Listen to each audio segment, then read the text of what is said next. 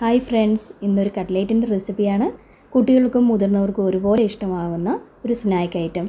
ഇതെങ്ങനെയാണ് ഉണ്ടാക്കുന്നതെന്ന് നോക്കാം. ചിയൻ കുക്കിംഗ് വേൾഡിലേക്ക് എല്ലാവർക്കും സ്വാഗതം. ബീഫ് നന്നായി കഴുകി വൃത്തിയാക്കി അതിലേക്ക് മഞ്ഞൾപ്പൊടി, കുരുമുളക് പൊടി, ഗരം മസാല, ഉപ്പ് ഇവ ചേർത്ത് നന്നായി ഇളക്കുക. ഇത് നമുക്ക് നന്നായി വേവിച്ചെടുക്കണം. കുക്കറിൽ നമുക്ക് വേവിച്ചെടുക്കാം. ഇതിലേക്ക് വേണ്ട ബാക്കി ഇൻഗ്രീഡിയൻസ് കൂടി റെഡിയാക്കി വെക്കാം. 2 വലിയ സവോള ചെറുതായി അരിഞ്ഞത്, അതുപോലെ തന്നെ ഇഞ്ചി വെളുത്തുള്ളി ചെറുതായി അരിഞ്ഞത്, 2 വലിയ ഉരുളക്കിഴങ്ങ് ചെറുതായി അരിഞ്ഞ് വെച്ചിട്ടുണ്ട്. ഇതിലേക്ക് ആവശ്യത്തിന് വെള്ളവും ഉപ്പും ഇട്ട് ബീഫ് വേകുന്ന സമയം കൊണ്ട് ഇതും നന്നായി വേവിച്ചെടുക്കാം. ബീഫ് നന്നായി വെന്തിട്ടുണ്ട്. ഇത് നമുക്ക് മിക്സ് ചെയ്തെടുക്കാം. ഒരു മിക്സിയുടെ ജാറിലിട്ട് നമുക്ക് മിക്സ് ചെയ്തെടുക്കാം. ബീഫ് റെഡി ആയിട്ടുണ്ട്.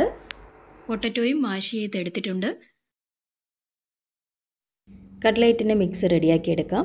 ഒരു കടായി അടുപ്പിൽ വെച്ച് ആവശ്യത്തിന് എണ്ണ ഒഴിച്ചു കൊടുക്കുക. എണ്ണ നന്നായി ചൂടാവുമ്പോൾ അതിലേക്ക് നമ്മൾ ചെറുതായി അരിഞ്ഞു വെച്ചിരിക്കുന്ന ഇഞ്ചി, വെളുത്തുള്ളി, പച്ചമുളക്, സവോള ഇവ ഇട്ട് കൊടുത്ത് നന്നായി വഴറ്റിയെടുക്കുക. ആവശ്യത്തിന് ഉപ്പ് കൂടി ചേർക്കുക. ഒരു ഗോൾഡൻ കളർ ആവുന്നത് വരെ വഴറ്റുക. ഇതിലേക്ക് കുറച്ച് ഗരം മസാലയും മല്ലിപ്പൊടി കൂടി ചേർത്ത് കൊടുത്തു. മസാല ഒന്ന് ചൂടാവുമ്പോൾ ഇതിലേക്ക് നമുക്ക് ബീഫ് ചേർത്ത് കൊടുക്കാം. നന്നായി മിക്സ് ചെയ്ത് കൊടുക്കുക. ഇത് നന്നായി മിക്സ് ആയതിനു ശേഷം മാഷ് ചെയ്ത പൊട്ടറ്റോ കൂടി ഇതിലേക്ക് ചേർക്കുക. നന്നായി മിക്സ് ചെയ്ത് കൊടുക്കുക. ഇത് നന്നായി മിക്സ് ആയതിനു ശേഷം തീ ഓഫ് ചെയ്യാം. ഇതിലേക്ക് കറിവേപ്പില ചെറുതായി അരിഞ്ഞത്, അതുപോലെ മല്ലിയില ചെറുതായി അരിഞ്ഞത് ഇവയൊക്കെ ചേർത്ത് കൊടുക്കാം. ഇത് ഓപ്ഷണലാണ്, ഇഷ്ടമുള്ളവർ മാത്രം ചേർത്താൽ മതി. കട്ട്ലേറ്റിൻ്റെ മിക്സ് റെഡി ആയിരിക്കുകയാണ്. കട്ട്ലേറ്റ് നമുക്ക് ഷേപ്പ് ചെയ്തെടുക്കാം. 3 ഷേപ്പിലാണ് ഞാനിവിടെ ഉണ്ടാക്കുന്നത്. ഞാൻ ഏകദേശം 750 ഗ്രാം ബീഫാണ് ഈ കട്ട്ലേറ്റിനായി എടുത്തത്. ഇതിൽ നിന്ന് 20ഓളം കട്ട്ലേറ്റുകൾ ഉണ്ടാക്കുവാൻ സാധിച്ചു.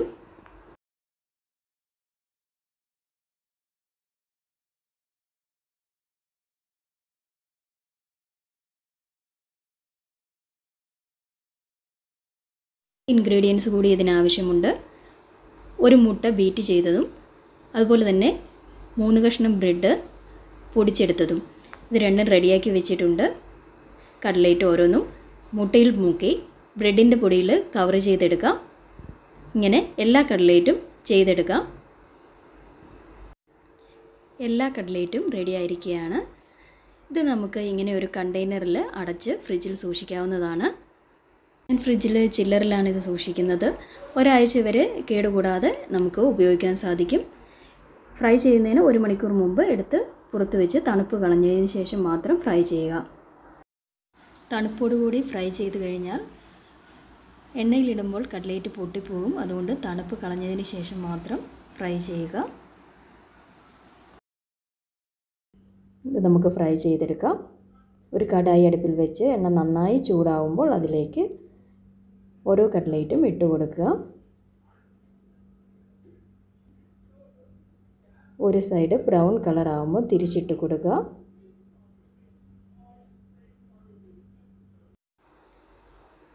മീഡിയം ഫ്ലെയിമിലിട്ടാണ് ഞാൻ ഈ കട്ട്ലേറ്റ് ഉണ്ടാക്കുന്നത്. തീ കൂട്ടി വെച്ച് കഴിഞ്ഞാൽ പെട്ടെന്ന് തന്നെ കട്ട്ലേറ്റ് കരിഞ്ഞു പോകും. അത് പ്രത്യേകം ശ്രദ്ധിക്കുക. 2 സൈഡും ഗോൾഡൻ ബ്രൗൺ കളർ ആകുന്നത് വരെ ഫ്രൈ ചെയ്തെടുക്കുക. മുട്ടയിൽ മുക്കിയത് കൊണ്ടാണ് എണ്ണ പതയുന്നത്. കുട്ടികൾക്കൊക്കെ ഇഷ്ടപ്പെടുന്ന നല്ലൊരു റെസിപ്പിയാണ്. എല്ലാവരും ട്രൈ ചെയ്തിട്ട് നിങ്ങളുടെ അഭിപ്രായങ്ങൾ കമൻറ്റ് ബോക്സിൽ കൂടി അറിയിക്കുക.